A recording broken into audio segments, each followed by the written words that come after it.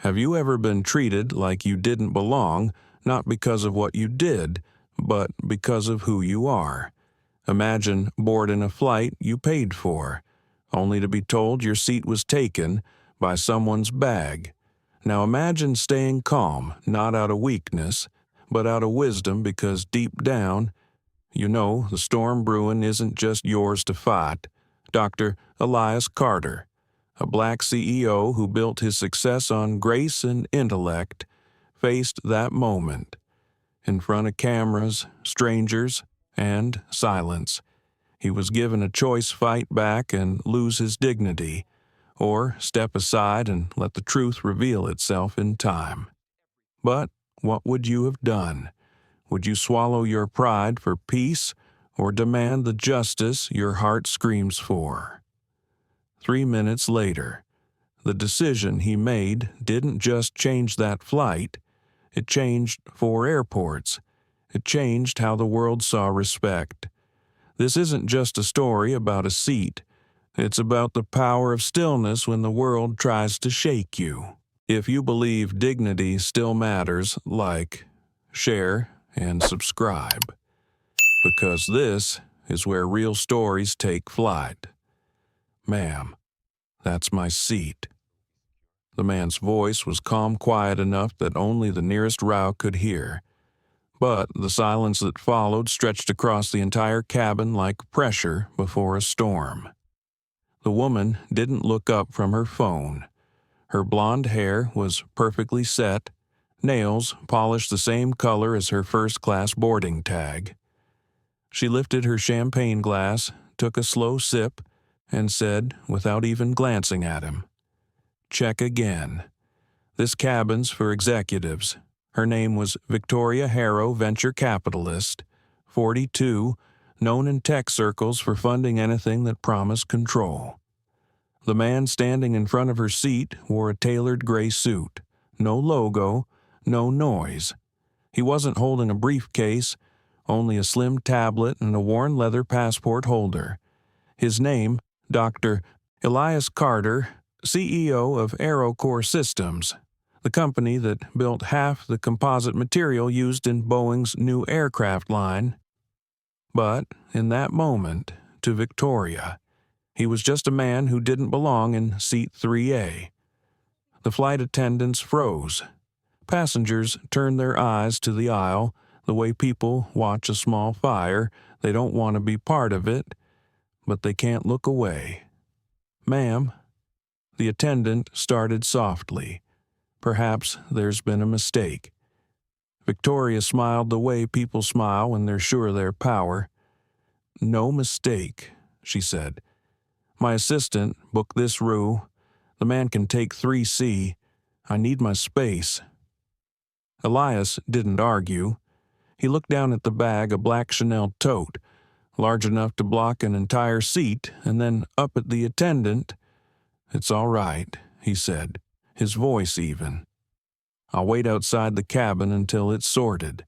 Then he turned, stepped back through the curtain, and disappeared into the narrow jet bridge, leaving behind the faint scent of cologne and something heavier dignity under strain. The murmurs began. "Did you see that?" whispered a man in 3D. "He's just being dramatic," said another, but a woman by the window shook her head. "No, you could see it in his face. He's been here before, inside the galley." The lead attendant whispered to her partner, "He's on the list. Priority passenger, Dr. Carter." Her partner frowned. "The doctor, Carter, the one from AeroCorps." She nodded slowly. "Yes, the one who built the Aurora ethics system." The other attendant blinked. "Oh," outside the cabin. Elias stood still, one hand resting on the wall of the jet bridge. He looked through the small window at the city lights of San Francisco blinking beyond the tarmac. He could still hear the faint laughter behind the curtain.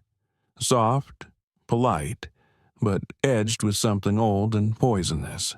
He thought of his mother, who used to say, "Son, some doors open only to check if you'll beg to stay." He had never begged. Not when he was 19 and mistaken for the janitor during his first internship interview. Not when a hotel concierge once asked him which guest he was delivering food for. And not now, when a woman's handbag had more authority than his boarding pass. He looked at his watch. 9:42 p.m.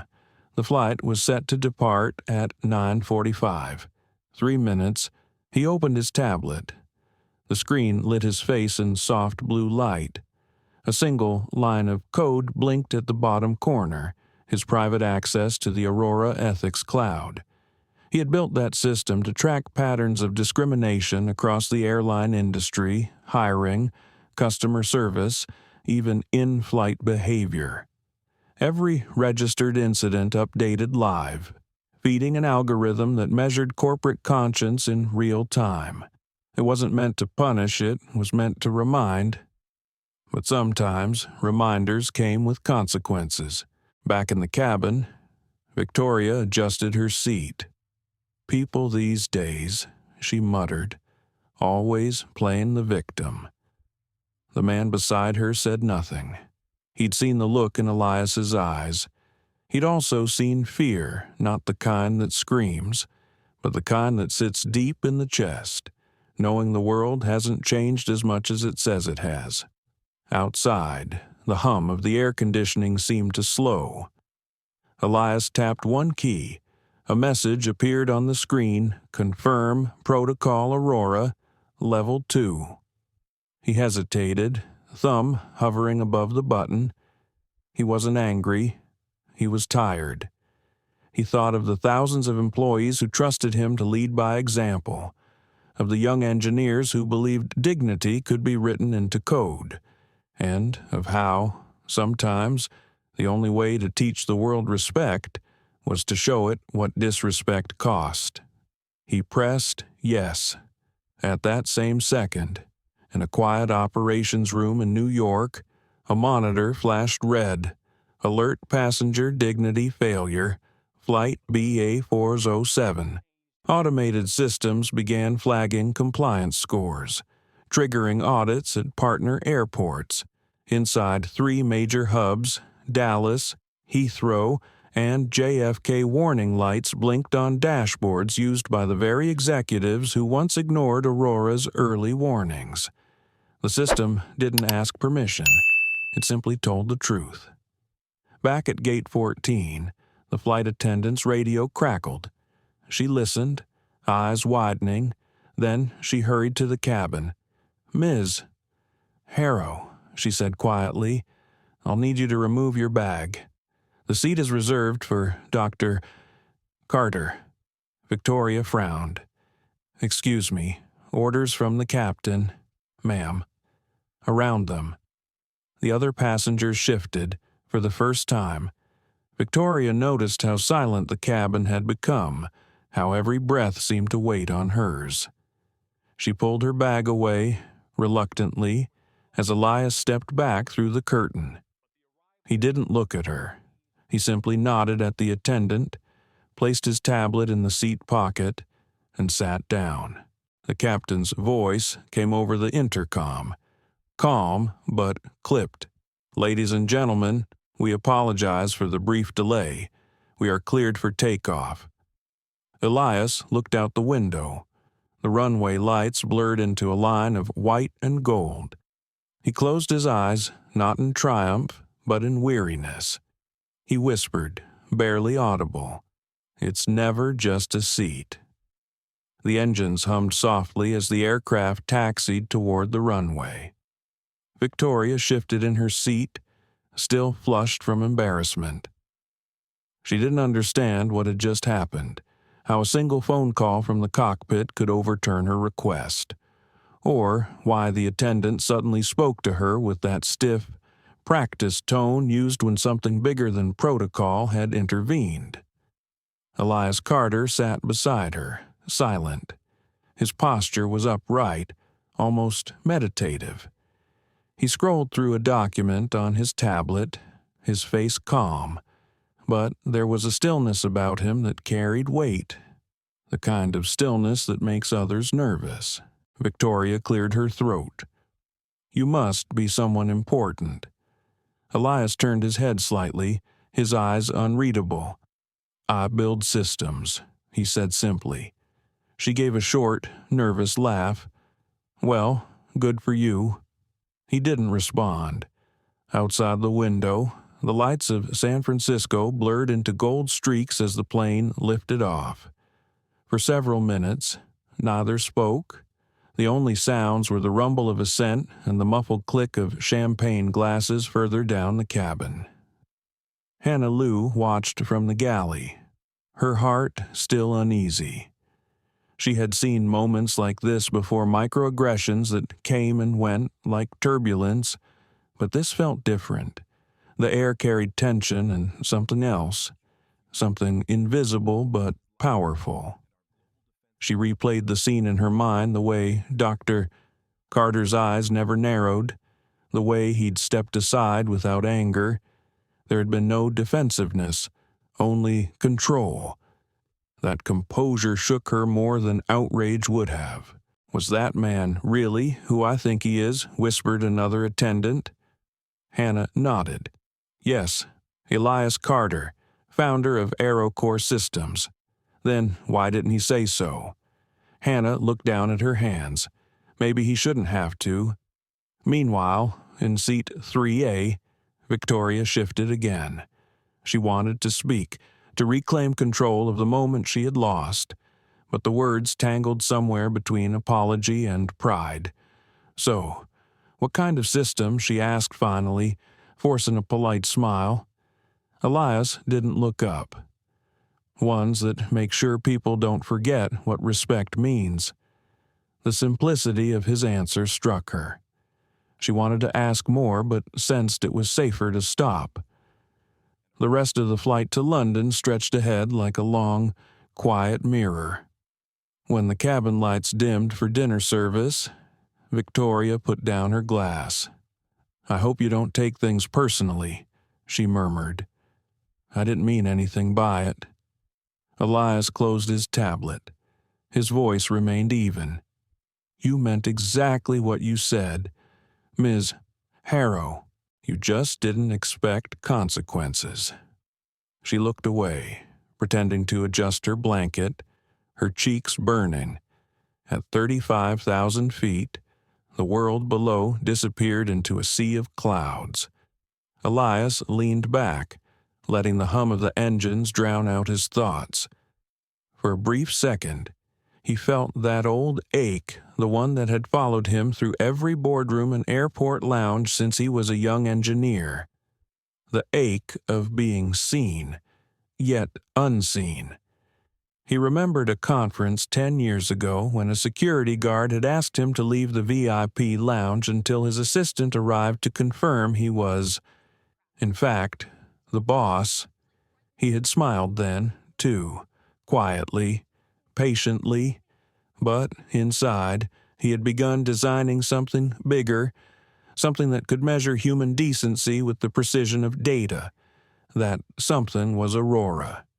The system monitored every public-facing interaction tied to the aviation network ticket counters, call centers, even cabin behavior reports. Every incident logged by sensors, emails, or verified crew accounts contributed to an ethical index, a number that decided whether an airline remained in partnership with global terminals. It was, in short, a conscience written in code. And tonight, it had just spoken. In a monitoring facility 2 time zones away, analysts noticed a new flag. Incident reference 908 BA 407 passenger dignity breach. Active review. An automatic compliance freeze began rolling through 4 airports linked to the British Atlantic network. None of them knew the source yet, but they soon would. Elias Carter's name appeared on the report header. Back on the flight, Hannah approached quietly. "Dr. Carter, would you like your dinner served now?" He smiled faintly. "No, thank you, just water." She hesitated. "Sir, for what it's worth, I'm sorry about earlier. You weren't the one who made the decision, he replied. You just had to live with it. Her eyes softened. Still, I wish I'd spoken up. He nodded gently. You just did. For a moment, they shared a silence that felt like understanding. Victoria pretended to sleep, but she heard every word, each syllable pressed against her chest heavier than guilt. She wanted to turn and say something kind, but her pride kept her still. Hours passed. Over Greenland, the night sky rippled in waves of green and violet, the Aurora Borealis dancing quietly beyond the window. Elias watched it, almost smiling. The irony wasn't lost on him. His system, named after that light, now glowed across digital skies in ways few could imagine. He wasn't a man who enjoyed revenge. What he wanted was order, fairness, structure, a world where dignity didn't depend on someone else's mood. Yet, as he stared at the shifting colors, he knew the system's signal had already reached farther than he'd planned. Airports were reacting, investors were watching. The ripple had begun. Victoria woke when the captain's voice came over the intercom. Ladies and gentlemen, this is your captain speaking. We're expecting a brief delay on arrival due to restricted clearance at Heathrow. We'll update you shortly. She frowned, checking her phone.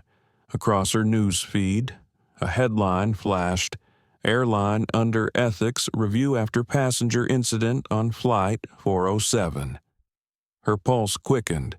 No, it can't be the same flight, but the photo attached to the story was unmistakable seat 3A, her own designer handbag, visible beside the window. Her hands trembled. She turned to look at Elias. He met her gaze once, calmly, before returning to his screen. In the dim cabin light, Hannah whispered to her colleague. He didn't have to say a word. Her colleague nodded. He didn't. The world spoke for him. Elias typed a single line of code into his tablet. Aurora protocol verification complete. Then he locked the screen and closed his eyes. He wasn't angry, just profoundly certain that some lessons only arrive when silence becomes too heavy to ignore. Victoria turned toward the window again. The aurora still shimmered outside, vast and distant. She'd seen many things from first-class luxury, power, privilege, but never her own reflection in someone else's patience. For the first time in years, she didn't know what to say. The aircraft floated in the night like a silver ghost. Cabin lights dimmed, the hum of engines steady and soft. Dr. Elias Carter sat still, eyes half closed, his breathing even. He wasn't asleep. He rarely slept on flights anymore. The hum reminded him too much of servers' machines that never rested, just like him. Inside the Aurora mainframe, his command had already unfolded. Across digital highways, encrypted pings leapt from one data center to another, activating review nodes and cross-linking to partner networks. The system didn't scream or warn, it simply whispered truth through the code he had written years ago. At JFK International, a compliance officer named Dana Morales stared at a blinking red flag on her monitor. The tag read, Passenger Dignity Breach Detected, BA 407. She frowned. Who filed this? There's no manual report. Her supervisor leaned closer. If it's flagged by Aurora, it's auto-synced. That means the system itself caught something. Dana's pulse ticked faster. Caught what behavioral discrepancy? Level 2. We'll need to freeze the airline's ESG certification until further verification. Across the world, similar screens glowed red. Dallas, Heathrow, LAX. Aurora didn't need humans to decide. It already knew. On the flight, Hannah Lou adjusted the curtain separating the galley from first class. Through the narrow slit, she could see Dr. Carter's silhouette against the pale glow of the window. He hadn't moved for nearly an hour. The woman beside him, Victoria Harrow, sat rigid, hands locked in her lap. The earlier confidence had drained from her face. Hannah felt an ache she couldn't name. She wanted to speak again, to tell him that what happened wasn't right. But the moment had passed. Now. Silence filled the space between all of them like a quiet sentence. Her training manual had never mentioned what to do with shame that didn't belong to you. She exhaled and turned back to prepare the service cart. Miles below, a different kind of turbulence stirred inside the offices of British Atlantic's operations department in London. The night shift manager's phone buzzed repeatedly. "Sir, Aurora's compliance servers have placed a temporary hold on our North American flight routes. What does that mean? It means we can't land or refuel at JFK, Dallas, or O'Hare until the review clears." He blinked. "How long does that take depends on the severity of the breach. And what breach are we talking about?" The junior analyst hesitated. Something about passenger treatment. Dignity score failure. The manager rubbed his temples. Good God, what did we do now? He opened his dashboard and read the alert details. Then he froze. Incident source, Dr. Elias Carter, back in seat 3A. Victoria turned slightly toward the man she had wronged. "Dr. Carter," she began softly. "I've heard of Aurora. That's your project, isn't it?" He nodded without looking up. "Yes. I read something once about airlines being rated for ethical behavior. I didn't know it actually worked." "It does," he said simply. "It listens when people don't." Her throat felt tight. "You built that." He nodded again. She wanted to ask him if he had activated it tonight, but she already knew. "I guess I was the test." "Then," she said, trying to laugh, but it came out hollow. Elias's eyes met hers at last. "You were the reminder." Victoria looked away. Outside the window, the horizon stretched endless and cold. In New York, Dana Morales pressed a key to confirm escalation. The Aurora server responded immediately. "Protocol 47 active. Notify partner terminals." Across the network, 4 major airports acknowledged the freeze. Stock exchanges automatically flagged the airline's ticker with a pending ethics review. Within 30 minutes, global news wires received automated summaries from transparency partners.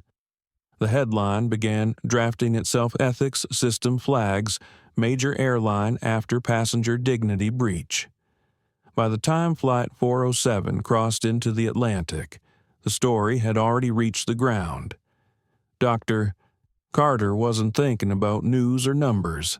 He was thinking about purpose, about how his mother once said, "If the world won't change its heart, change its rules." He had spent decades doing just that, rewriting policies into algorithms that didn't sleep. He took out a notebook, not the digital kind, but real paper. He wrote a line he often used when teaching his engineers morality without measurement is a story. Morality with data is a mirror. He closed the book again. Victoria, still staring at him, whispered, "Doesn't that make you powerful, controlling who gets punished?" He shook his head. "It's not power, it's accountability. I don't punish. Systems reveal. People decide what to do with the reflection." Her lips parted, but she said nothing. The truth of it made her stomach twist. In the cockpit, the captain received a quiet message from the operations channel. "Hold for further instruction. Compliance verification in progress." He sighed. "Looks like corporate trouble again." The co-pilot asked, "Should we tell the passengers?" "Not yet. keep it quiet. Last thing we need is panic." But panic was already brewing elsewhere. At the airline's headquarters, executives gathered in an emergency call, screens filled with red alerts and live updates from the Aurora dashboard. One of them cursed under his breath. "I told you we shouldn't partner with Carter's system. He's too unpredictable." Another voice snapped back. "Unpredictable. He's the reason our ESG rating even exists. Then why is he flagging us now?" No one answered, because deep down, they knew. At 37,000 feet, Hannah poured a cup of tea for a passenger in row 4, but her eyes kept drifting toward the front. She saw the faint glow of Dr. Carter's tablet again. Curiosity tugged at her conscience. Later, when she cleared service trays, she paused by his seat. "Sir, I'm sorry to bother you, but what happens when Aurora finds something wrong?" He looked up. "It depends on whether people care enough to fix it." She hesitated, and if they don't, he gave a small, tired smile. Then they watch the consequences land before the plane does. Her breath caught. The weight of those words lingered long after she walked away. Down on the ground, British Atlantic's PR team was already drafting statements. Lawyers whispered about liability, brand image, and investors. But in every conversation, one name kept surfacing: Elias Carter. Someone asked, "Should we reach out to him?" "Apologize," another voice replied. "By the time we do, it'll be too late." They were right, because the world had started listening to the system he built, and the system didn't wait for apologies. The flight continued smoothly through the night, unaware of how the ground beneath was shifting. In seat 3A, Victoria clasped her hands together. "Dr. Carter," she said quietly, "does it ever get easier? Being the one who has to fix what others break." He took a long breath. "No, but you learn to live with the silence after." She looked at him, confused. He continued, "That silence is the sound of accountability. It's not pleasant, but it's necessary." Victoria nodded slowly, her eyes glistening. She didn't know what to call the ache rising in her chest. Shame, recognition, maybe both. Hannah dimmed the cabin lights further, and the passengers settled into uneasy sleep. Dr.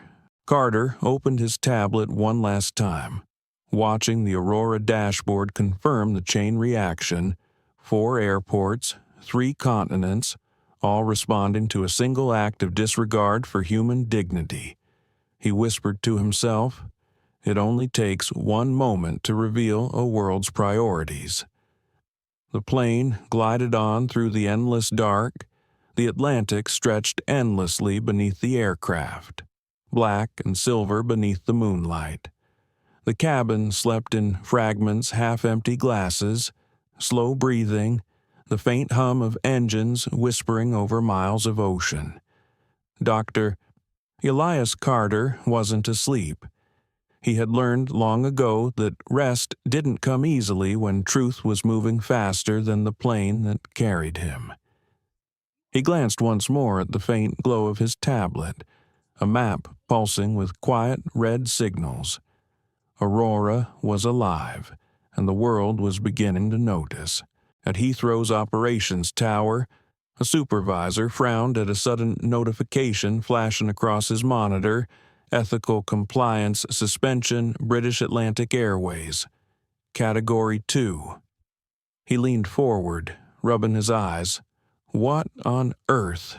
Within seconds, messages poured through encrypted channels.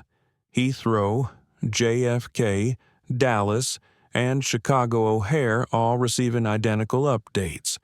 The Aurora cloud was syncing across networks, broadcasting what no one wanted to admit aloud: a passenger dignity breach severe enough to threaten operational clearance. In New York, the financial terminals caught wind. British Atlantic's ESG compliance rating dropped from 92 to 46 in real time. Brokers froze trades, analysts whispered into headsets, and in less than 3 minutes, the airline's stock dipped 12%. No one on the plane knew any of it yet, but in the digital sky beneath them, entire systems were rewriting their priorities. Hannah Lou quietly walked through the dim cabin. Her soft steps matched the drone of the engines. She paused near seat 3A, noticing Elias's open notebook resting on the tray table. A single sentence was written there, in neat handwriting. The measure of progress isn't speed, but empathy. The words made her chest tighten. She wanted to ask him what they meant, but his eyes were closed, his expression serene. She didn't want to disturb that peace. A few rows away, Victoria sat with her phone clutched tight, watching notifications flash one after another. The story about their flight had reached the ground, and it was growing. Journalists were tagging her company's name, cross-referencing her profile, piecing together who she was. She turned the phone face down. She'd spent her career controlling narratives. Now, for the first time, she was the subject of one she couldn't rewrite. Inside the captain's cabin, an encrypted message arrived from London headquarters. Do not mention the compliance review to passengers. Maintain normal operations until cleared. Await further instruction. The captain exhaled. This is going to get messy, he muttered. His co-pilot asked, "What happened?" The older man hesitated. "Apparently, one of our passengers just cost us 4 airports." The younger pilot's brow furrowed. "How?" "That's the thing," the captain said quietly. "He didn't do anything." At the same moment, an emergency meeting began inside British Atlantic's London headquarters. The CEO, Martin Graves, stood before a wall of screens displaying real-time analytics. "What do you mean Aurora froze our clearances?" he demanded. A compliance officer explained, "Dr. Carter's system detected a category-level incident involving one of our passengers. The system triggered automatic suspension pending audit." Martin's jaw tightened. Who filed it? No one. It's algorithmic self-learning. Once a verified infraction occurs within the partner ecosystem, it escalates. "So, you're saying," Martin said slowly, "we lost 4 airports because a computer decided we're unethical." "It's not a computer," the officer replied carefully. "It's Carter's network, and it's backed by half the U.S. Aviation Board." The room fell silent. In the sky above, Elias shifted in his seat as turbulence rippled gently through the cabin. His eyes opened, and he noticed Hannah passing by with a tray of tea. "You should rest," she whispered. He smiled faintly. "Rest comes after repair." She looked at him curiously. "Repair. Every system needs correction," he said. "Sometimes that means rewriting code. Sometimes it means rewriting ourselves." Her gaze lingered on him. She wasn't sure which kind of repair he meant. Back on the ground, news anchors filled the midnight cycle. Breaking news. Aurora Ethics cloud flags major airline after alleged discrimination incident aboard Flight 407. Clips from social media appeared someone in the boarding line had filmed part of the altercation before takeoff. The short video showed Victoria's dismissive wave. The words, "This cabin's for executives," followed by Dr. Carter's quiet retreat. Within an hour, the clip reached 2 million views. Hashtags spread, "Ka Seat 3A, Yauk Aurora Protocol," "Dignity Matters." Comment sections turned into debates. Some applauded the silent justice. Others argued the system had too much power. But buried beneath the noise. One comment stood out. He didn't raise his voice. He just changed the world in 3 minutes. As dawn approached, the aircraft crossed into British airspace. Passengers began to stir, unaware that by the time they landed, 4 airports had already severed British Atlantic's active contracts. Victoria leaned toward Elias, her voice low. "You knew this would happen, didn't you?"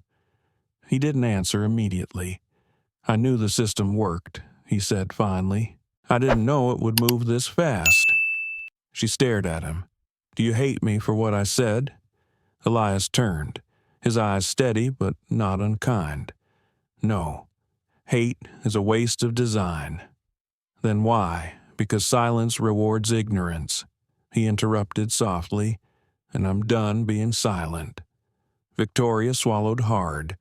She couldn't tell if he was speaking to her or to the entire world below them. At that same moment, in Washington, D.C., the Department of Transportation issued a public statement acknowledging the event. The Aurora Index was officially recognized as a leading ethical benchmark for global passenger equity. The message ended with one line that would echo across the industry. "Dignity is now measurable, and it matters." Airlines scrambled to respond. Some praised the system, others condemned it. Stock analysts called it the morality revolution of modern travel. Elias didn't see any of it. He just sat quietly, watching a thin layer of pink sunrise touch the edges of the clouds. For the first time in years, he allowed himself a small breath of satisfaction, not because someone had been punished, but because something had shifted. Hannah approached once more to collect trays. "Dr. Carter," she said softly, "whatever you did, it's changing everything." He shook his head gently. "I didn't change anything, Hannah. I only reminded them that every choice leaves a shadow." She looked at him for a long second before nodding. "Then maybe we all needed to see the shadow." When the plane touched down, the passengers applauded out of habit, unaware that they were landing in the middle of a storm much larger than weather. Victoria glanced out the window at the waiting ground crew. Reporters clustered near the gate like waves ready to crash. She turned to Elias. "They're waiting for you." He closed his notebook and smiled faintly. "No, they're waiting for accountability." He stood up, adjusted his jacket, and stepped into the aisle. The morning light fell across his face, calm and composed. Behind him, the world's first silent revolution in air travel ethics was already underway. When the plane's door opened at Heathrow, the air outside was cool, sharp, and far too quiet for a major airport. Normally, the morning rush would have filled the terminals with echoing footsteps, rolling suitcases, and murmured announcements, but now, an eerie pause blanketed everything. The captain's voice came over the intercom. "Ladies and gentlemen, please remain seated. We're waiting for ground clearance." No one understood what that meant. Yet within the control tower, people were already moving fast, phones ringing, voices overlapping, data streams flashing red. British Atlantic's operational access had been temporarily revoked by 3 airports in the United States and 1 in Canada. Their transatlantic network, the company's lifeline, was frozen. The cause was a single line of code, a single act of human arrogance. Dr. Elias Carter stepped off the plane, his posture measured, as if he'd been here before. Behind him, Victoria Harrow followed, eyes hidden behind dark sunglasses, though they couldn't conceal the trembling of her hands. Hannah Lou, standing near the exit, whispered, "Good luck, sir." Elias nodded once, his tone gentle. Luck is for chances. This was a choice. Then he walked into the terminal where the storm was already waiting. Inside the airport's executive wing, chaos unfolded. Reporters had gathered, cameras flashing, microphones thrust forward. The security guards formed a wall to hold them back. In the center of the corridor stood Martin Graves, the CEO of British Atlantic Airways, his usually polished demeanor cracking under the weight of headlines spreading across the globe. "Mr. Carter," he called out the moment Elias appeared. "We need to speak, privately." Elias's gaze was steady. "I'm not here to negotiate, Mr. Graves. I'm here to observe how your system responds under truth." Graves swallowed. "Truth is, we're in a crisis. You know how these networks function.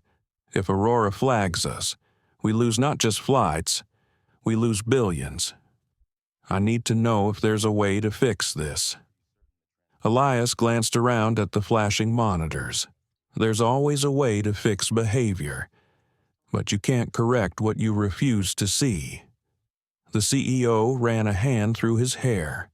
All this over a misunderstanding. Elias's reply was quiet, but it cut like a scalpel. Disrespect isn't a misunderstanding, it's a mirror. Graves opened his mouth, then closed it again. The man who built machines that flew across oceans was being lectured on gravity of character, not physics. Meanwhile, outside the conference room, Victoria waited. She'd been asked to stay back while the executives handled the situation. But every screen around her displayed the same words: Aurora Ethics Cloud Compliance Freeze Initiated. Incident Passenger Dignity Breach. Flight 47. Her own name was starting to appear beneath those headlines. She sank into a chair near a window, feeling for the first time how heavy silence could be when the world stopped to look at you. Hannah, passing by with a tray of water for the executives, noticed her and hesitated. "Are you all right?" Ma'am Victoria's lips trembled.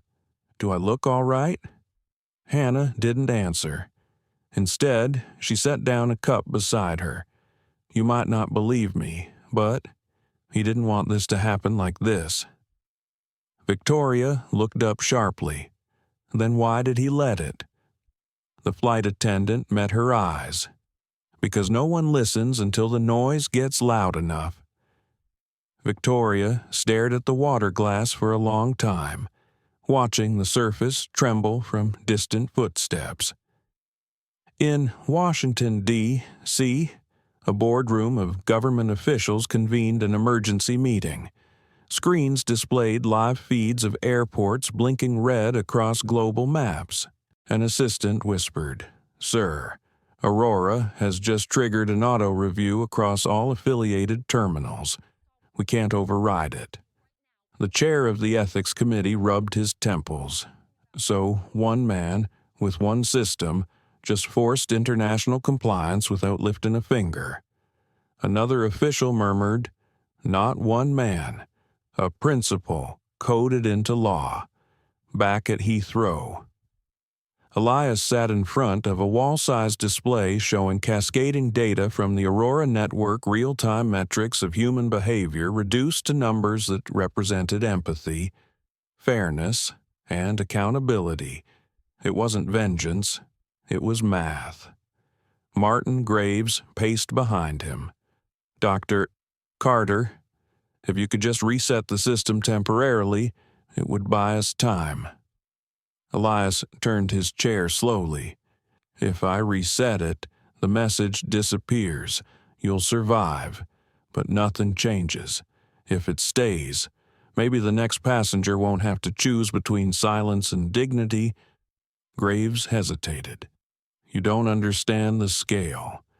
This could cripple us." Elias's eyes didn't waver. "Then maybe your foundation wasn't built on ethics, but convenience." The CEO fell quiet. Outside, Victoria scrolled through hundreds of comments on her phone. Strangers dissected her face, Her words, her silence, some defended her, claiming media exaggeration. Most didn't. One comment caught her breath. The worst part of privilege is realizing you believed it was normal. She looked up and saw Elias leaving the conference room. He paused when he noticed her sitting alone. For a moment, their eyes met again. There was no anger in his face, no victory, only gravity, the kind that draws everything back to truth. She stood. "I suppose I owe you an apology." "You don't owe me anything," he replied softly. "You owe yourself understanding." She exhaled shakily. "Do you ever get tired of teaching lessons every day?" he said, a faint smile forming. "But someone has to keep the lights on in the dark." As the sun began to rise over London, news broke that the airline's international routes had been officially suspended pending investigation. 4 airports confirmed they were cutting operational ties until the compliance breach was cleared. Traders panicked. Boardrooms erupted. But for millions watching from their homes, something else stirred a realization that technology had finally done what people rarely did: hold power accountable. Hannah stood near the gate, watching passengers gather around TV screens showing the news. Some applauded softly, others whispered in awe. When she saw Elias walking toward the exit, she called out quietly, "Dr. Carter, will it ever stop?" He paused. Prejudice. She nodded. He looked out at the tarmac, where planes gleamed under the morning light. "No, but we can slow it down until it forgets how to fly." She smiled sadly. "That's a start." He nodded once, then continued toward the exit. By the time the morning broadcast replayed the story across America, the world had already given it a name: the Aurora Turn. Commentators called it a revolution in corporate morality. To Elias Carter, it was just another reminder of what his mother had taught him years ago. You can't force people to see your worth. You can only make sure the system can't ignore it. At a small cafe outside the airport, he finally sat down alone with his tea. The cup trembled slightly in his hands, not from fear, but from the quiet realization that a new chapter had begun. He opened his notebook again and wrote one line beneath the previous words: "Justice doesn't roar. It recalibrates." He closed it gently, set a few bills on the table, and stepped out into the street, where the first light of day painted the city gold. The next morning broke gray over London. Rain gathered on glass towers, blurring reflections of people rushing to meetings that now had a different urgency. British Atlantic's logo had become a headline overnight. Inside a private boardroom on the 43rd floor, Martin Graves sat surrounded by legal advisors, PR directors, and exhausted executives. Screens glowed with financial data, arrows red and falling. A junior officer read updates aloud, voice trembling, losses projected at $600 million within 72 hours. Aurora's suspension blocks all North American routes. Partner contracts are retracting. Graves rubbed his forehead. "Have we made contact with Dr. Carter?" "Yes, sir," the communications director said softly. "He's declined all interviews. He only issued one public statement through AeroCorps." "What did it say?" She swallowed. "Systems that protect dignity do not malfunction. People do." The room fell silent. Outside the building, rain misted across the city like a slow confession. Elias Carter walked alone along the Thames embankment, umbrella tilted low, coat collar raised. He wasn't hiding from cameras. He was hiding from noise. He'd spent the night reading the reactions. Some celebrated him as a hero. Others accused him of playing God. but he knew the truth was quieter than both. He stopped at a bench overlooking the river and sat. The rain whispered against his umbrella. For a moment, he let himself remember his mother's voice. Never answer hate with anger. Answer it with design. It was what he'd done, built systems so solid they couldn't ignore decency. But, as the world reacted, he wondered if he'd created something that even he could no longer control. His phone buzzed. A message from AeroCorps headquarters read, "Congress requests your attendance at Passenger Ethics Review Hearing. Thursday, Washington, D.C.?" He sighed. The waves below lapped against the pier like a metronome keeping time with history. Across town, Victoria sat inside her apartment. Blinds closed. The glow of her laptop lit her face as she scrolled through the avalanche of messages flooding her inbox. Half were insults. The other half were invitations from networks, magazines, talk shows all wanting to hear her side. She clicked one headline that made her stomach twist, "The Bag That Grounded the Skies." Her fingers hovered above the keyboard before she closed it. No apology she could craft would undo the image now tied to her name. She looked around her immaculate apartment, filled with trophies of a life built on confidence, and now all of it felt hollow. Her phone vibrated again. A text from an unknown number appeared. "This isn't about shame, Ms. Harrow. It's about understanding. E.C." She stared at the initials. For a long moment, she didn't know whether to cry or breathe. At Heathrow. Hannah Liu finished her debrief with the airline's HR department. The company wanted written statements from all crew members aboard Flight 407. The supervisor asked, "Did you witness any direct aggression?" Hannah hesitated. No shouting, no threats. Then, this was just a misunderstanding. She looked up sharply. No, it was something worse. The supervisor frowned. "Worse," Hannah replied. "It was comfortable. The kind of prejudice that smiles while it takes your seat."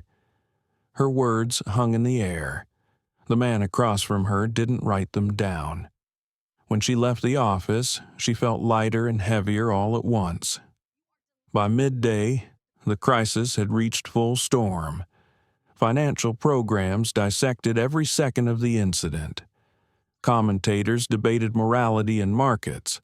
Politicians demanded hearings. But the question that echoed most was the one a journalist asked live on air.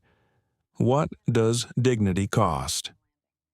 The anchor hesitated before answering. Apparently, 4 airports, $600 million, and one man's patience. At AeroCorps headquarters in New York, Elias met with his executive team via video conference. One of his engineers asked, "Should we adjust the sensitivity threshold on Aurora? Maybe limit automatic suspensions?" Elias leaned forward. "If we do that, we compromise purpose. The moment dignity becomes negotiable, it's no longer real." A senior analyst interjected, "We're being accused of weaponizing ethics." He nodded.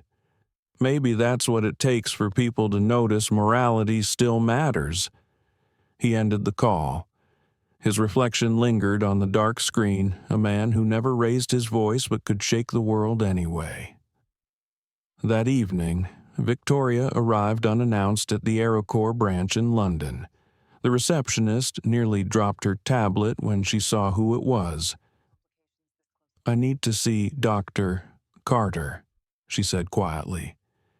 "He's not in the country." "Ma'am, he flew out this morning." Victoria looked around the lobby, sleek, modern, filled with symbols of innovation. In the center of the room stood a glass wall etched with words, "Accountability is architecture." She reached out and touched the glass. Her reflection trembled on its surface, divided between light and shadow. For the first time in her life, she didn't recognize herself. Meanwhile, across the Atlantic, Elias sat in his hotel room in D.C. Papers spread across the desk, reports, statements, invitations from networks begging for comment. He ignored them all. Instead, he opened his notebook again. He began writing not about the system or the scandal, but about people. The first time I was told to move from a seat, I was 13. A woman said I was blocking her view. I moved. I said nothing. The second time, I built a system. I still said nothing, but the world heard anyway. He closed the notebook and looked out at the city.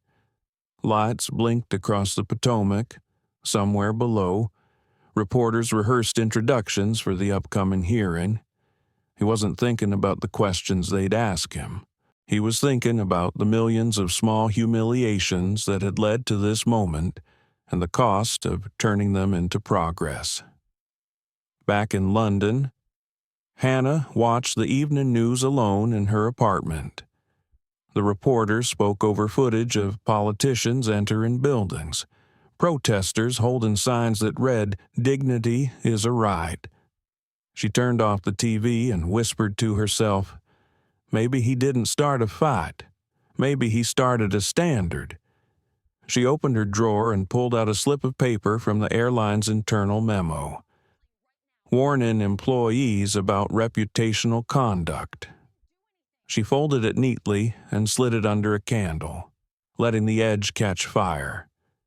The small flame flickered bright, then quiet, leaving only a trail of smoke curling into the air like a promise. Across time zones, Victoria couldn't sleep. She opened the message from Elias again, the one about understanding. After a long breath, she typed back, "I'm trying." No reply came, but for the first time, she didn't feel attacked. She felt seen by someone who refused to hate her. In the quiet of his hotel room, Elias finally allowed himself to close his eyes. Tomorrow, he would face the hearing. He didn't know what they'd decide, whether Aurora would be regulated or praised or dismantled. But he knew this much silence had finally met its equal. Justice, for once, was speaking fluently. The rain in Washington fell like a slow drumbeat against the glass windows of the U.S. Capitol. Inside, lights burned through the early hours of the morning. The upcoming hearing on passenger ethics and corporate accountability had drawn global attention. Dr. Elias Carter's name was on every broadcast, every newspaper, every whisper. Across the Atlantic, inside the marble headquarters of British Atlantic Airways, Martin Graves stared at his phone as it buzzed again and again. Messages from investors, lawyers, and board members filled the screen, demanding answers he didn't have. When the call from Aurora's Oversight Committee finally came, he hesitated before answering. "Mr. Graves," the voice said evenly, "you are aware that your airline has been flagged for sustained ethical failure. Until corrective actions are verified, the suspension remains active." Graves tried to sound composed. Surely there's room for discretion. It was one incident. The voice didn't change tone. Respect isn't measured by how many incidents occur, but by whether one is tolerated. The call ended before he could respond. He set the phone down, the reality sinking in. An empire built over 30 years had been undone not by competition, but by conscience. Across town, in a modest cafe near the National Mall, Elias sat alone, hands wrapped around a cup of black coffee. Outside, camera crews were setting up for live coverage of the hearing scheduled for the afternoon. He'd declined all interviews, ignoring the constant buzz of notifications from his staff. He wasn't preparing speeches, he was preparing silence. His phone vibrated once more. This time, the name on the screen surprised him. Victoria Harrow. He let it ring twice before answering. Dr. Carter. Her voice was soft, stripped of its usual authority. I didn't expect you to answer. I always answer, he said quietly. I wanted to apologize again. Not the public kind, the real kind. He didn't speak. I can't undo what I said. I can't take back the look I gave you, but I can tell you I see it now, the arrogance, the blindness. For a moment, neither spoke. Then Elias said, You didn't create the blindness, Ms.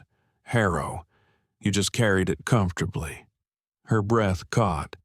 Does this ever stop hurting, Dr. Carter? Being treated like you're lesser.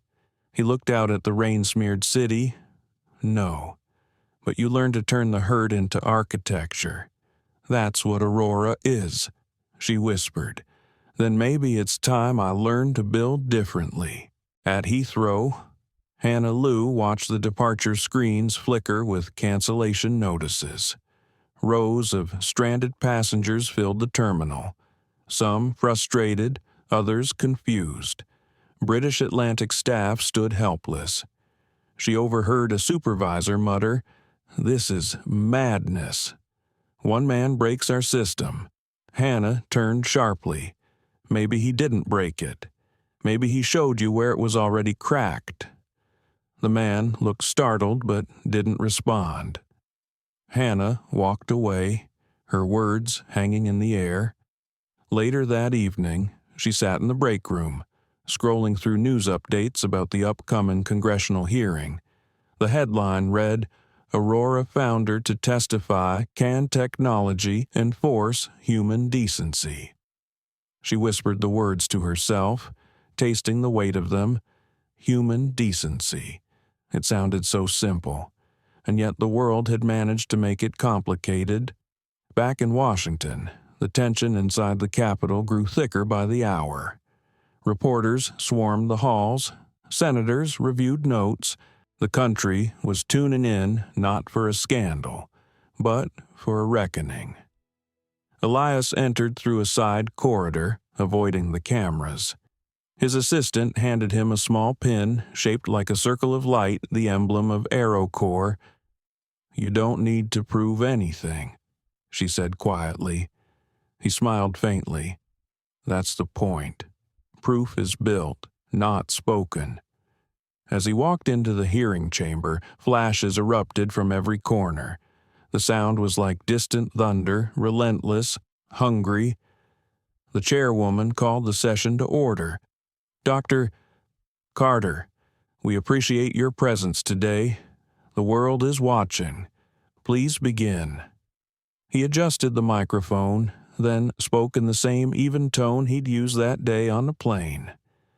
I didn't come here to accuse anyone. I came to ask a question. What happens when respect requires no witness? The room fell silent. He continued, For years, we've measured safety, speed, profit, and performance. But we've never measured dignity.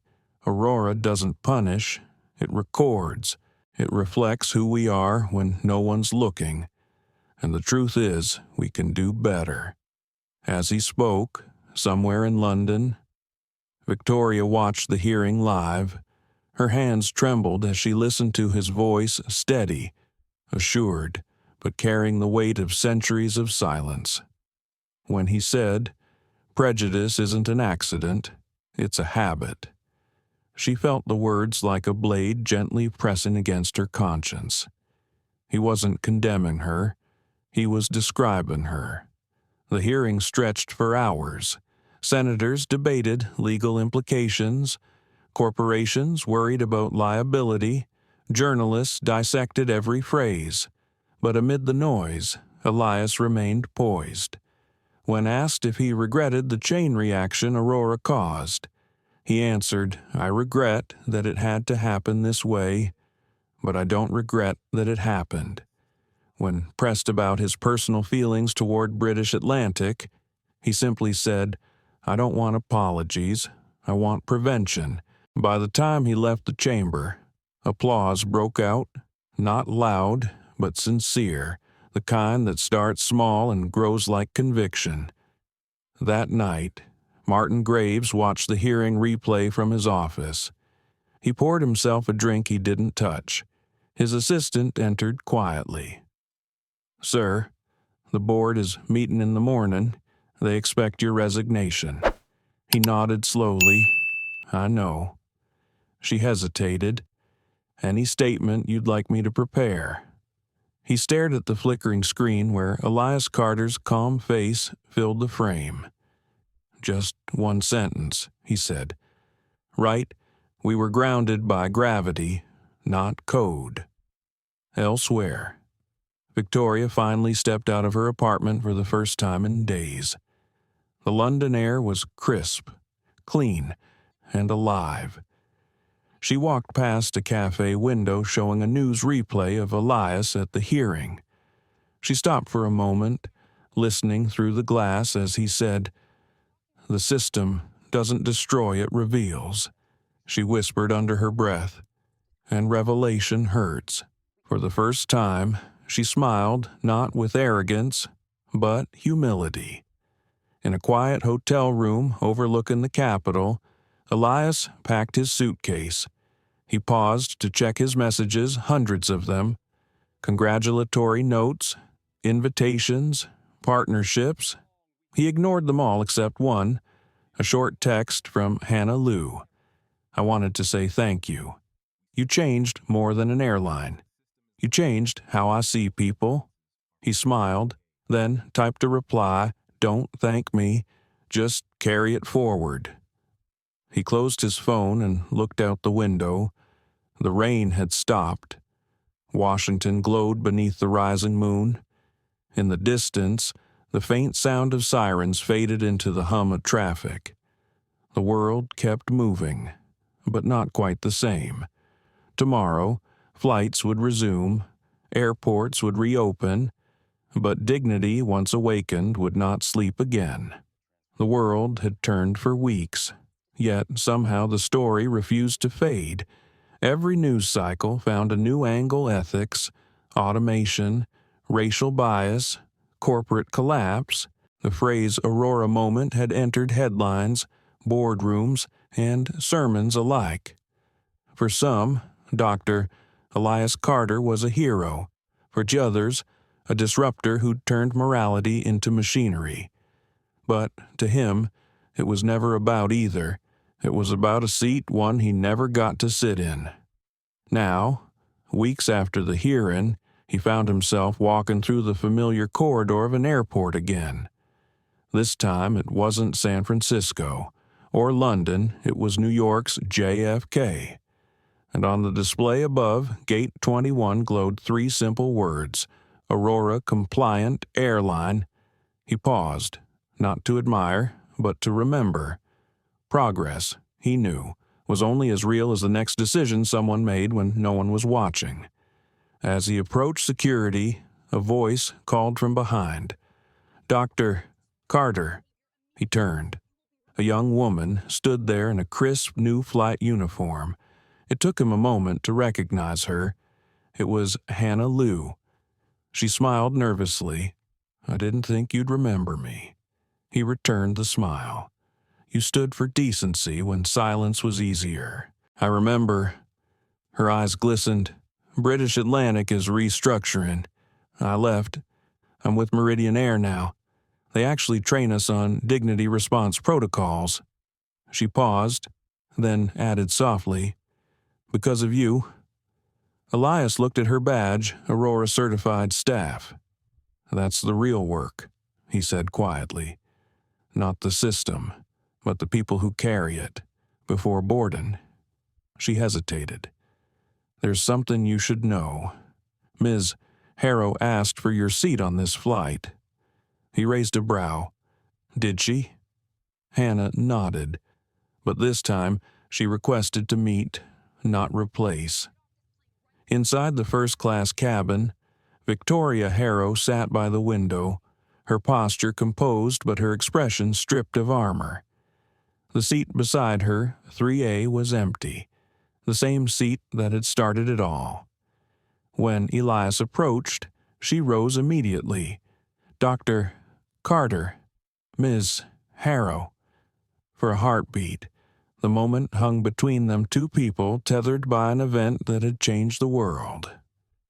"I asked for you to sit here," she said quietly. "I wanted to give the seat back to its rightful owner." Elias met her eyes.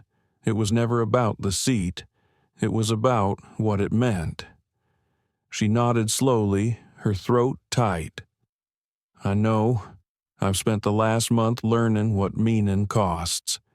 He took the seat, resting his briefcase beside him. Learning is the beginning of repair. The flight attendant offered drinks. Victoria declined the champagne. "Water, please," she said instead. It was the first time she'd refused excess in public. For several minutes, they sat in silence as passengers boarded. Then she spoke again, voice trembling just slightly. "I lost my investors. You know, some abandoned me for being the face of arrogance. Others wanted me to capitalize on it, write a book, host a talk show. Turn scandal into brand," they said. She gave a bitter laugh. "But shame doesn't sell as neatly as confidence." Elias listened quietly. "Shame isn't a currency. Ms. Harrow, it's a mirror." She looked down, tears threatening. "I wish I'd had that mirror sooner." As the plane taxied down the runway, a calm settled between them. Outside, the horizon blushed gold as dawn broke over the skyline. After takeoff, Victoria turned to him again. "Did you ever think about revenge?" He shook his head. "Revenge is impatient. Justice takes time." She let out a small sigh, and forgiveness. He thought for a moment before replying. "Forgiveness is just truth without memory's weight." Her eyes glistened again. "Then I hope I earn that someday." "You already started," he said softly. The plane reached cruising altitude, and quiet filled the cabin once more. It wasn't the silence of avoidance this time. It was the silence of peace. On the ground, Martin Graves handed in his resignation letter. He stood alone in his corner office, stripped of awards and framed press clippings. He'd once believed control meant success, that leadership meant never bowing. Now, watching the news replay Elias's testimony, he understood the cost of pride measured not in money, but in people. As he left the building for the last time, a journalist called out, "Mr. Graves, do you regret how your company handled Flight 407? He paused at the doorway, rain dampening his hair. "I regret that it took a man's silence to teach us how loud decency should have been," he said quietly, and walked away. Back in the sky, the captain made an announcement. "Ladies and gentlemen, we are honored to welcome Dr. Elias Carter aboard our flight today. Meridian Air is proud to be the first fully certified Aurora-compliant airline." Polite applause rippled through the cabin. Elias leaned slightly toward Victoria. "That's not my achievement," he said. "That's humanity doing what it should have done long ago." She smiled faintly. "Still, it began because you stood up by stepping aside." He didn't answer. The truth didn't need acknowledgement. It only needed to keep existing. Hours later, turbulence rocked the aircraft briefly. The seatbelt sign flickered on. Hannah passed through the aisle, her voice steady and warm. "Everything's fine. Just a little shake." Elias watched her, proud. She carried grace the way others carried titles. As the turbulence eased, Victoria exhaled. "You know, Before all this, I thought control was safety. Now I realize control is just fear in a nicer suit." Elias smiled gently. "Maybe that's the lesson. The skies belong to everyone, but dignity is how we share them." She looked out the window, whispering to herself, "How we share them." When they landed, reporters waited again, but this time there was no scandal, only curiosity. Cameras flashed as Elias and Victoria stepped off the plane together.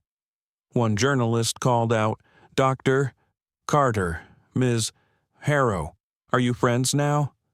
Victoria looked at Elias, waiting for him to answer. He replied calmly, "We're both passengers on the same flight toward understanding." The cameras clicked wildly. That single sentence would become the headline that traveled farther than any controversy before it. Later that evening, as the airport quieted, Elias walked alone back through the terminal. He paused at a large advertisement now hanging above the gates. "All passengers deserve dignity. Aurora certified." He smiled faintly. It was just words on glass, but they meant something tangible now. As he turned to leave, he noticed Hannah standing near the entrance, waving goodbye. He lifted a hand in return. For the first time in months, he felt something he hadn't felt since before the storm began ease. The world was far from perfect, but it was, at least, listening. He glanced once more at the runway outside, whispering the thought that had followed him since that first flight. It was never about taking a seat. It was about building room for everyone else. And then he walked away, leaving behind the echo of quiet triumph and the faint reflection of light across the word Aurora. Weeks passed. The world slowly adjusted to the ripple effects of what they now called the Aurora Standard.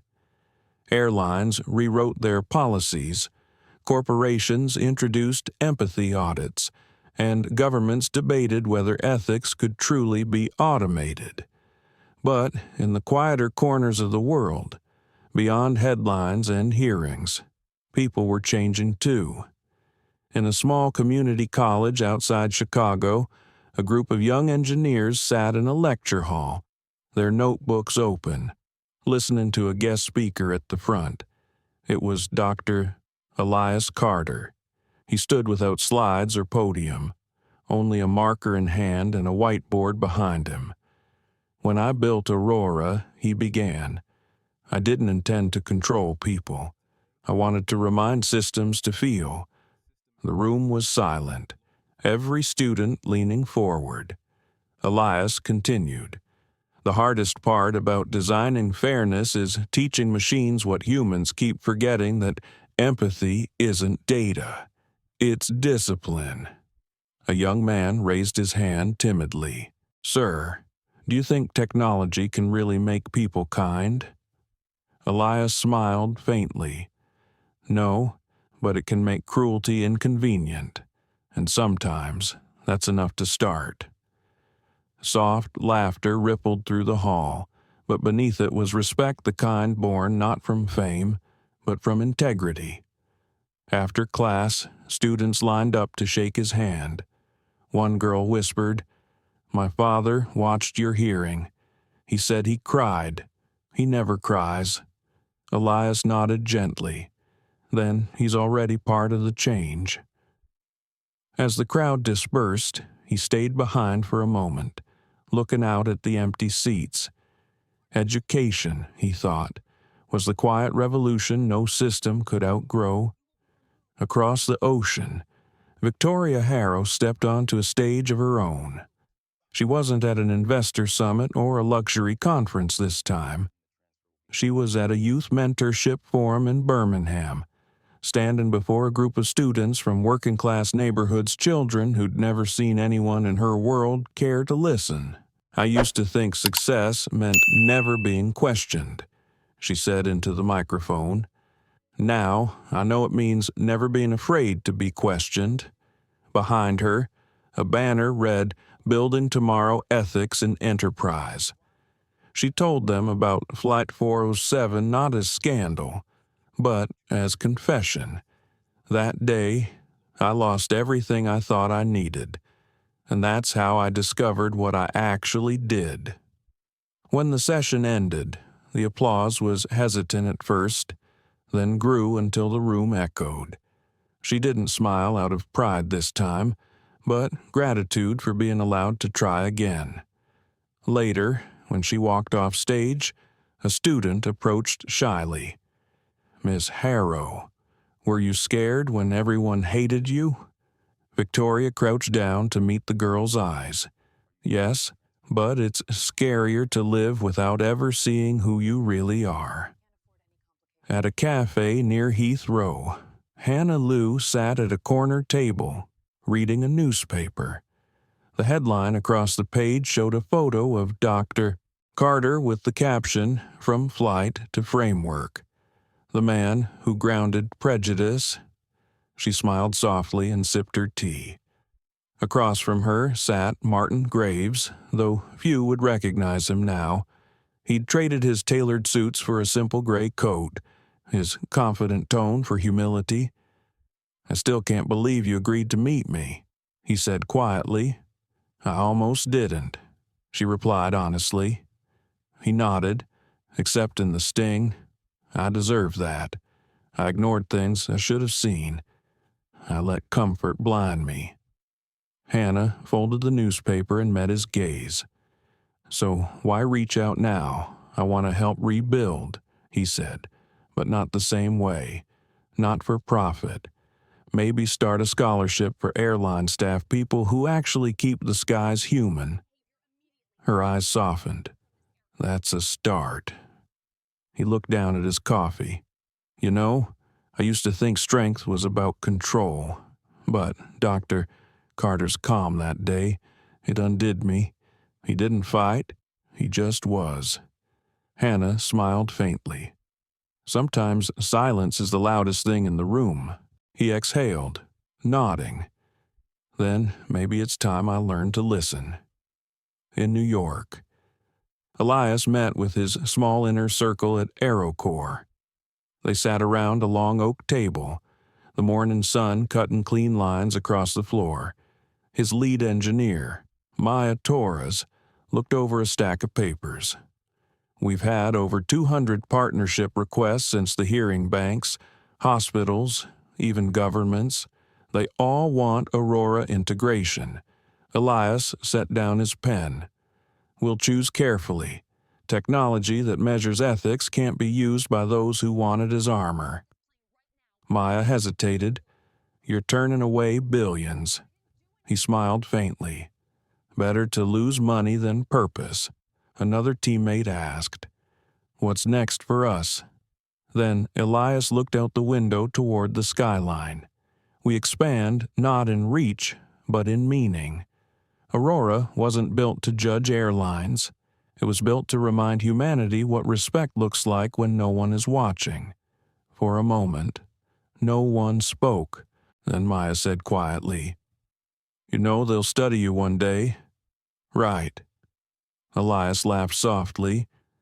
"Then I hope they study why I never stopped believing people could do better."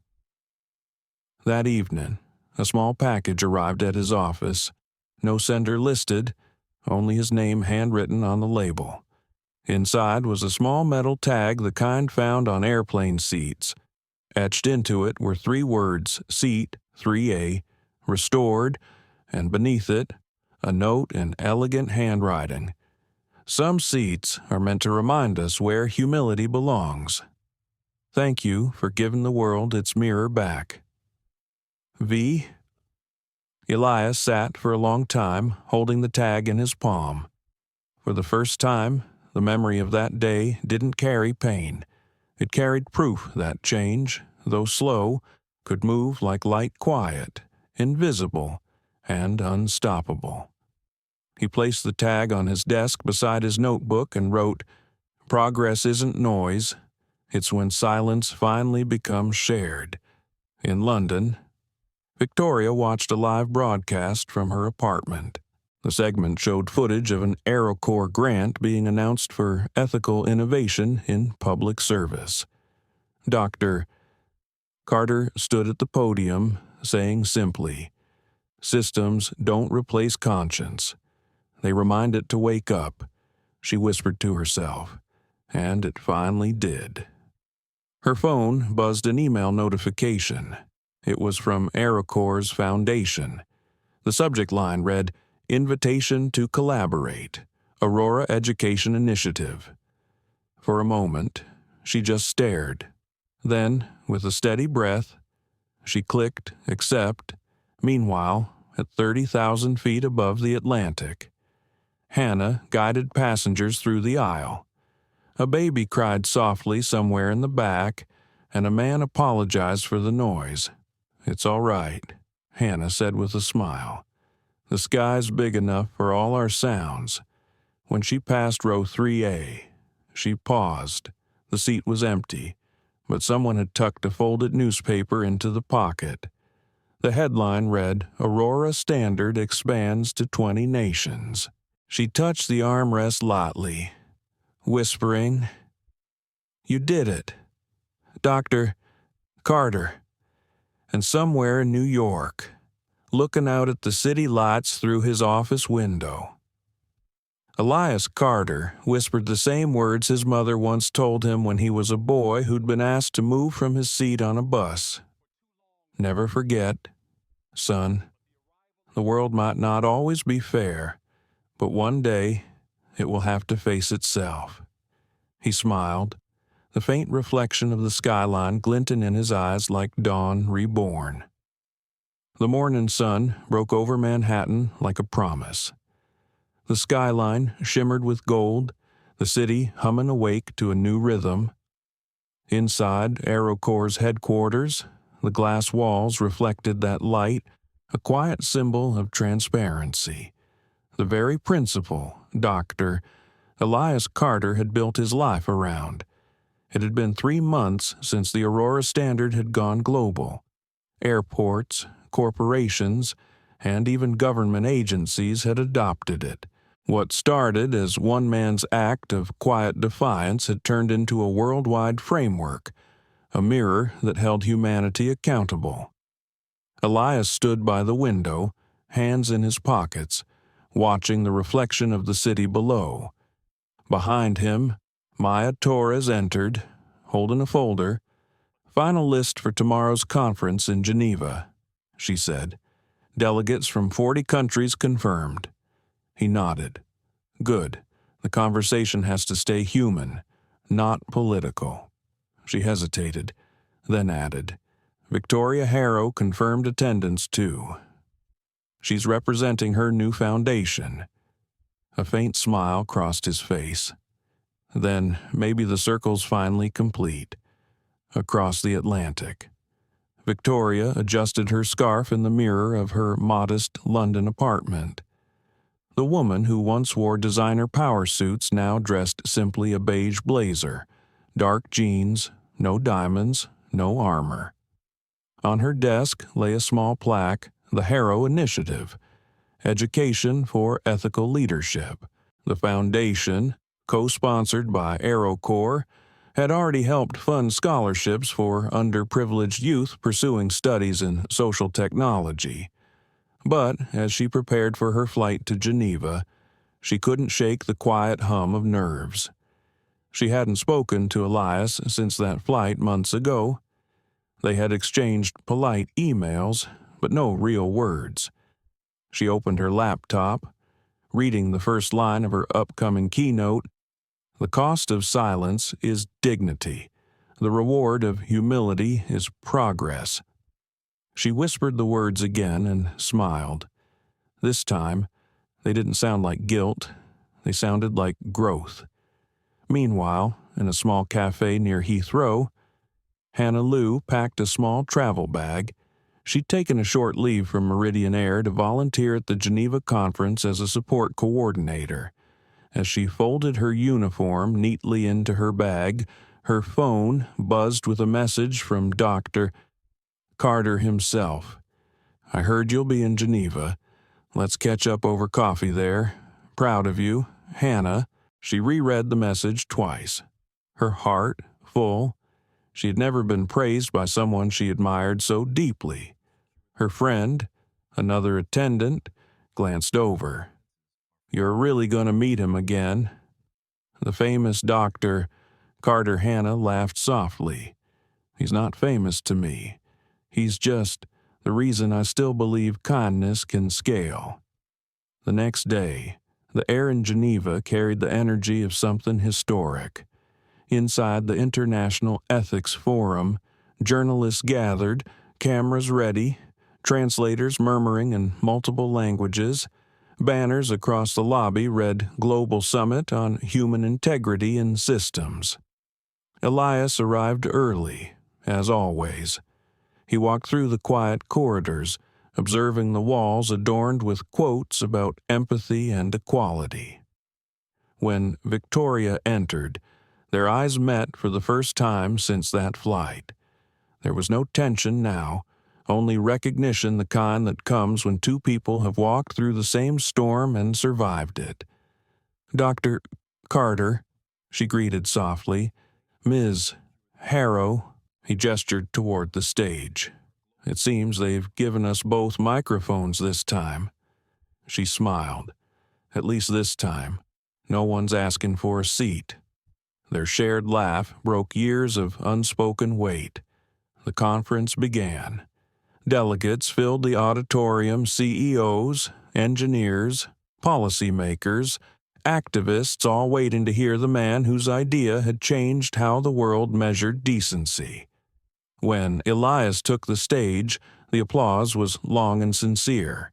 He waited until the room quieted, then began in his calm, deliberate tone. "I was once denied a seat," he said, "and in that moment, I realized some seats are never really ours. They're borrowed from the generations before and after us." He paused. Aurora wasn't built to shame anyone. It was built to remind us that progress without respect isn't progress at all. A plane without lift is just metal. A society without empathy is the same. The audience listened, breath held, every word anchored in truth. When he stepped back, Victoria took the podium next. Her voice trembled only slightly. "Months ago, I was the face of arrogance," she said. "I thought leadership meant dominance. Then I met a man who taught me that true leadership means listening even when the voice you hear is your own conscience." She glanced toward Elias. He nodded once. "I used to believe progress came from innovation. Now I know it begins with humility. Aurora didn't just change business, it changed me, and I hope it keeps changing us all." The applause this time was thunderous. Later that evening, at a quiet reception overlooking Lake Geneva, the two of them stood together on the terrace. The sunset painted the sky in the shades of rose and amber. "You spoke beautifully," Elias said. "I spoke honestly." She replied, "For once, that was enough." Hannah joined them moments later, her volunteer badge still hanging around her neck. "That was incredible," she said, eyes wide. People were crying in the audience. Elias smiled gently. "Tears are truth learning how to breathe." Victoria looked at Hannah fondly. "You were on that flight too, weren't you?" "Yes," she said softly, "and I've been flying differently ever since." For a long moment, they all stood in silence, the sound of waves against the pier filling the air. As the evening drew to a close, the summit organizers unveiled a plaque dedicated to the movement Aurora Standard, born from one flight, built for every journey. They invited Dr. Carter to say a few final words. He approached the microphone, his voice warm but steady. "I didn't plan for any of this," he said. "I only wanted the world to pause long enough to ask itself, What are we teaching when we choose convenience over compassion? He placed his hand over the plaque. The measure of change isn't in headlines or profit margins.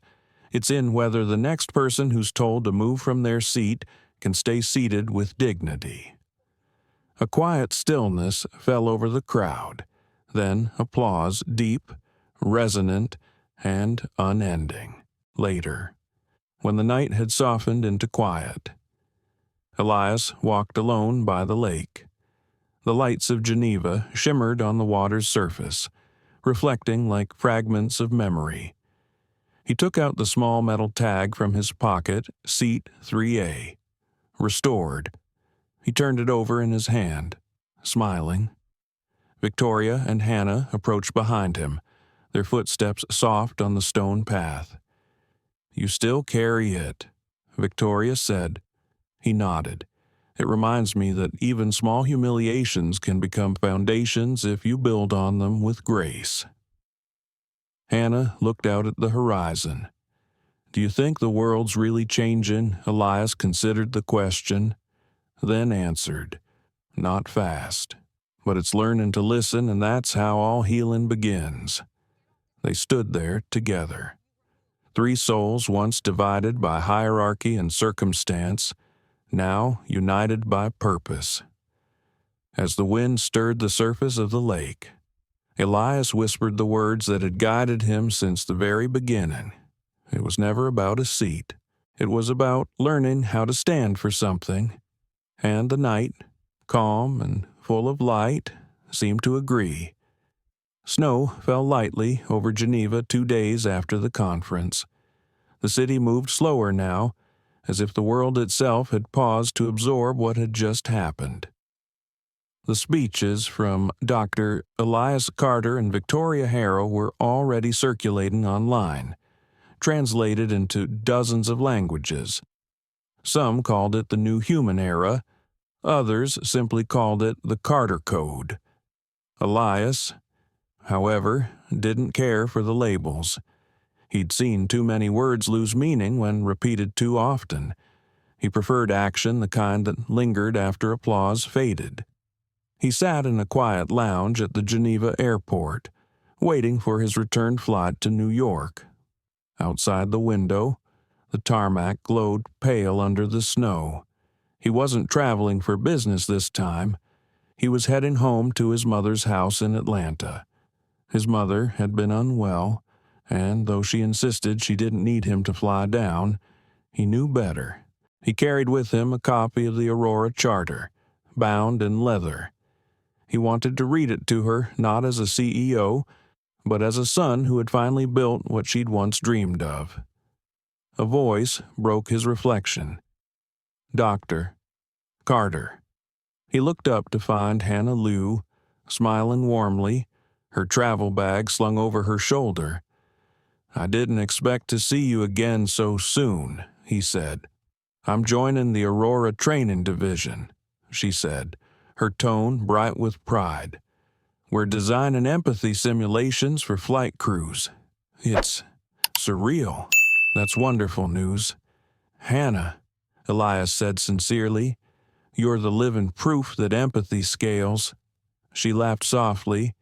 "I'm trying. But honestly, it's you people talk about like a legend now." He raised an eyebrow, amused. "Legends are just stories people tell to avoid doing the work themselves." Her laughter faded into thoughtfulness. "You really believe the world will keep changing, don't you?" Elias looked out at the gray sky. "Only if people like you keep reminding it why it should." The intercom called for boarding. "Before leaving," she said gently, "you know, my father used to say, justice doesn't always roar. Sometimes it whispers. I think you're what that whisper sounds like." He smiled, grateful, humbled, and watched her walk toward her gate. Meanwhile, in London, Victoria sat in her new office overlooking the Thames. It wasn't large or luxurious, just 2 rooms filled with books, notebooks, and a small team of researchers. The Harrow initiative had grown faster than she expected, offering free workshops on ethical entrepreneurship across universities in Europe. She was reviewing grant applications when her assistant, Priya, entered with a nervous grin. "You might want to see this."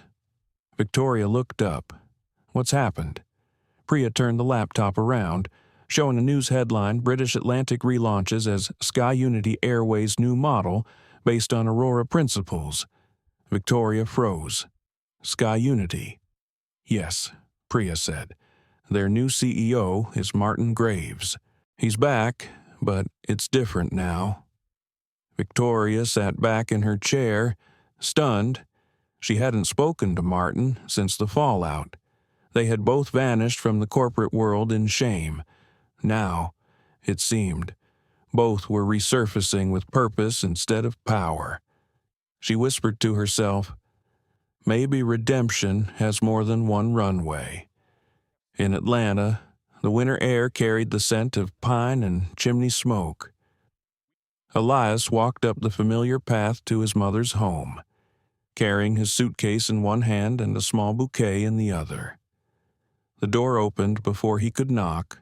His mother, frail but still radiant, smiled through her wrinkles. "You look tired, baby." He chuckled softly. "You always say that when I come home. And you always look it," she teased, ushering him inside. Her living room was filled with family photos: his graduation, his first tech award, the framed newspaper article that once called him a disruptor with a conscience. They sat by the fireplace, the warmth wrapping around them. "So," she said, eyes twinkling, "you changed the world again." He shook his head. "No, Mama, the world changed itself. I just built a mirror big enough for it to see." She laughed softly. "That sounds like something your father would have said." He opened the leather-bound Aurora Charter and began reading sections aloud, the clauses about dignity, fairness, and equal access. When he finished, she wiped a tear from her cheek. "You did good, son," she said. "Real good, not rich good, righteous good." He smiled, heart swelling with quiet peace. A week later, Victoria and Martin met at a small airport hangar outside London. The meeting wasn't formal, it was personal.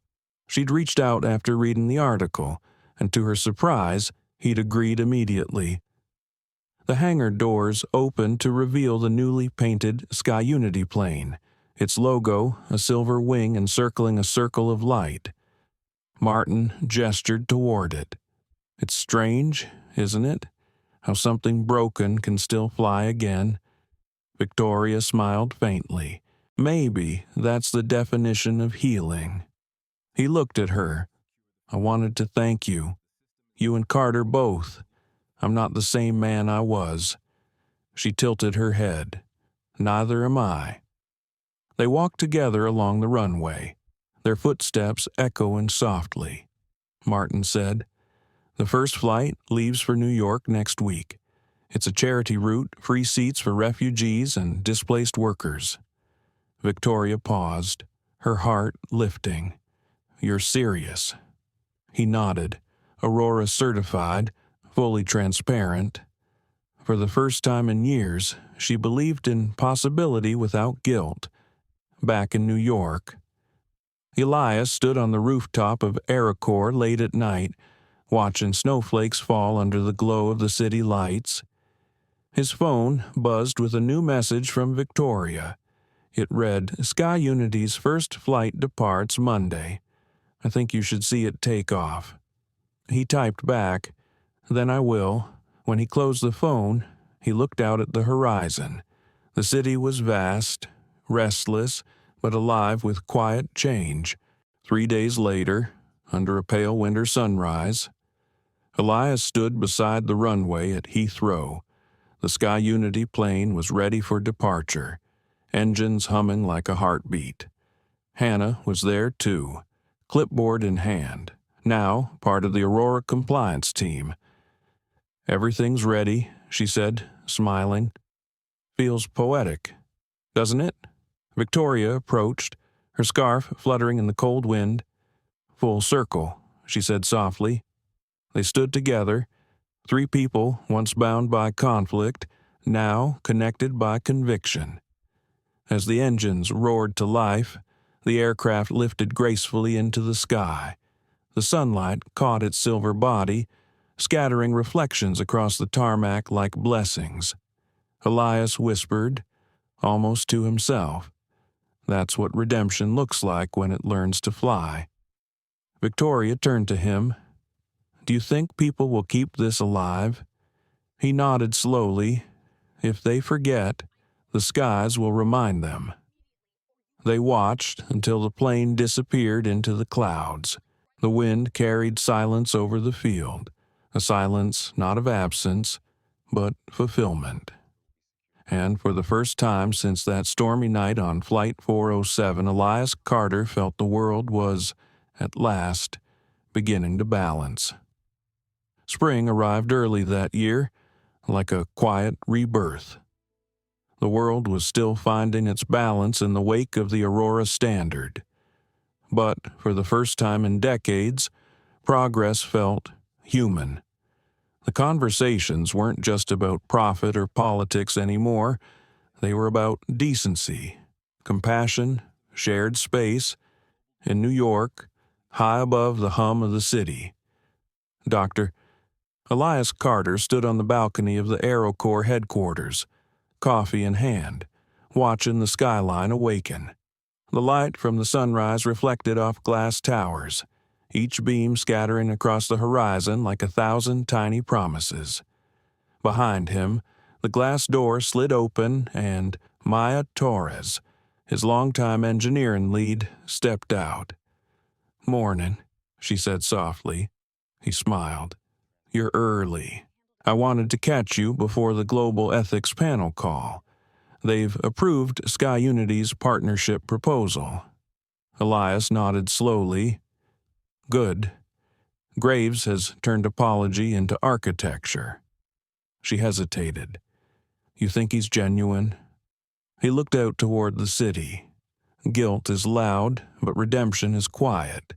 He's learning to live in quiet. Maya smiled faintly. "You should have been a poet." He chuckled. "No, just a man who got tired of noise." Across the ocean, Victoria Harrow was preparing for her first public lecture at Oxford.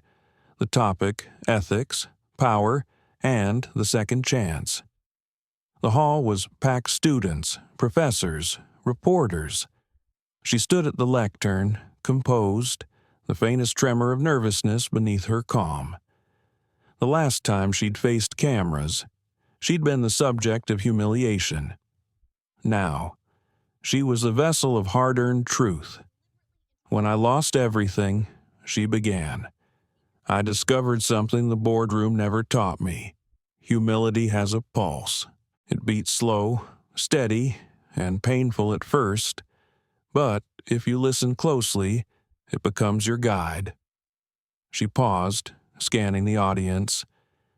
"Ethics isn't theory. It's a daily practice of choosing not to repeat the worst parts of ourselves. Dr. Carter taught me that leadership isn't about taking the best seat, it's about making sure others have one too." The audience was silent. Then came the applause, not explosive, but deeply sincere. As she left the stage, a student approached her shyly. "Ms. Harrow, did forgiveness make it easier?" Victoria smiled sadly. "No, but it made it possible." Meanwhile, in Atlanta, Elias's mother sat on her porch reading a letter her son had sent. Her hands trembled slightly, but her eyes sparkled with pride. "Mama," the letter began, "the world is changing slower than I hoped, but faster than I feared. People are beginning to measure worth not by wealth, but by how they treat those with none. I think you'd like that." She folded the letter against her heart. "I already do," she whispered to herself, "on the other side of the world." Hannah Liu stepped off a small commuter plane in Nairobi. She had been invited to launch Aurora's first empathy training center for flight crews in Africa. The sun poured gold across the airstrip, the wind warm and steady. As she walked toward the terminal, a young girl tugged at her sleeve. "Are you the lady from the video?" Hannah blinked. "What video?" "The one with the man who changed the skies." Hannah smiled. "Ah, you mean Dr. Carter?" The girl nodded eagerly. "He said people should fly kinder." Hannah crouched down and took her hand gently. "He did, and now we make sure they do." Back in London, Martin Graves stood inside the Sky Unity training hangar, a bright, bustling space filled with new recruits. The walls bore a single slogan: "Compassion takes flight." He walked alongside his operations director, reviewing schedules and pilot reports. Every day, he found himself relearning what leadership meant. No longer the man of suits and sound bites. Martin had become something simpler, a steward of change. A reporter approached him near the hangar exit. "Mr. Graves, what's the difference between British Atlantic and Sky Unity?" He thought for a moment, then said quietly, "British Atlantic built planes. Sky Unity builds people." The reporter smiled. "And what about Dr. Carter? Will he ever join you formally?" Martin's gaze softened. "He already has. Every policy we write, every word we speak, it all traces back to him." A week later, Elias found himself once again at an airport, but this time he wasn't boarding a flight for work. He was heading to Nairobi to join Hannah at the Empathy Training Center's opening ceremony. The irony wasn't lost on him. For years, airports had been battlegrounds for dignity. Now, they were classrooms for compassion. As he settled into his seat ironically, seat 3A, he smiled faintly at the coincidence.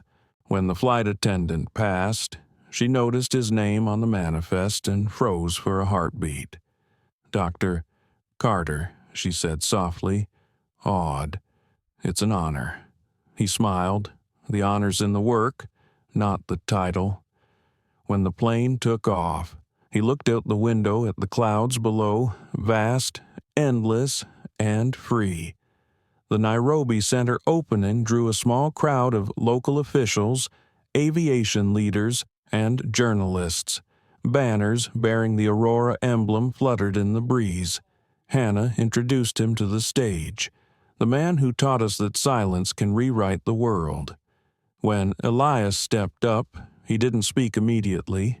He looked at the faces before him: pilots, attendants, engineers, students, ordinary people carrying extraordinary hope. He began quietly. "When I first started building Aurora, people called it impossible. They said morality couldn't be measured, but morality was never the point. Awareness was. Accountability was. Humanity was." He looked toward the audience of trainees. "The sky connects us all. It doesn't care about our color, our title, or our wealth. The only thing it asks is that we don't forget the view looks different depending on where you sit." Applause swelled, but Elias held up a hand, his smile tender. "The world doesn't need more systems. It needs more souls who remember what fairness feels like." After the event, as the sun dipped low, turning the sky to molten amber, Hannah found him standing near the runway. "You never seem to rest," she said softly. He smiled. "Rest isn't the absence of movement. It's knowing your work has meaning." She looked at the glowing horizon. "Do you think the world will ever stop dividing itself?" Elias was quiet for a moment. Then he said, "Maybe not, but it can learn to sit beside itself again." They watched as a Sky Unity plane lifted into the air, its silver wings catching the light. The logo shimmered like a halo against the clouds. Elias whispered, almost to the wind, "We've come a long way from that storm." Hannah turned to him, and, still climbing, he nodded, "Always." The plane disappeared into the burning gold of sunset, leaving behind only contrails that stretched like lines of hope across the vast, forgiven sky. The story of Dr. Elias Carter reminds us that strength doesn't always shout sometimes. It simply stands still. In a world where pride often speaks louder than purpose, his quiet response became a revolution. He didn't argue, didn't retaliate. He let truth do what anger never could restore balance with time and grace. For many older viewers, this lesson runs deep. Dignity is not something given by others. It's something we choose to keep, even when no one else sees its worth. We've all faced moments where injustice whispered in our ear in workplaces, families, or society. Yet, as Carter showed, composure can disarm prejudice far more than rage ever will. It's not weakness to stay calm. It's courage under pressure. The world will always test your worth, but your reaction defines your legacy. Let your silence speak with strength. Let your choices echo longer than your words. Thank you for watching and sharing this journey of courage, dignity, and hope. If Dr. Carter's story touched your heart, help us keep stories like this alive, stories that remind the world what respect and compassion truly mean. Please like this video, share it with someone who needs a little faith in humanity today. And don't forget to subscribe for more powerful stories that move, heal, and inspire. See you in the next one.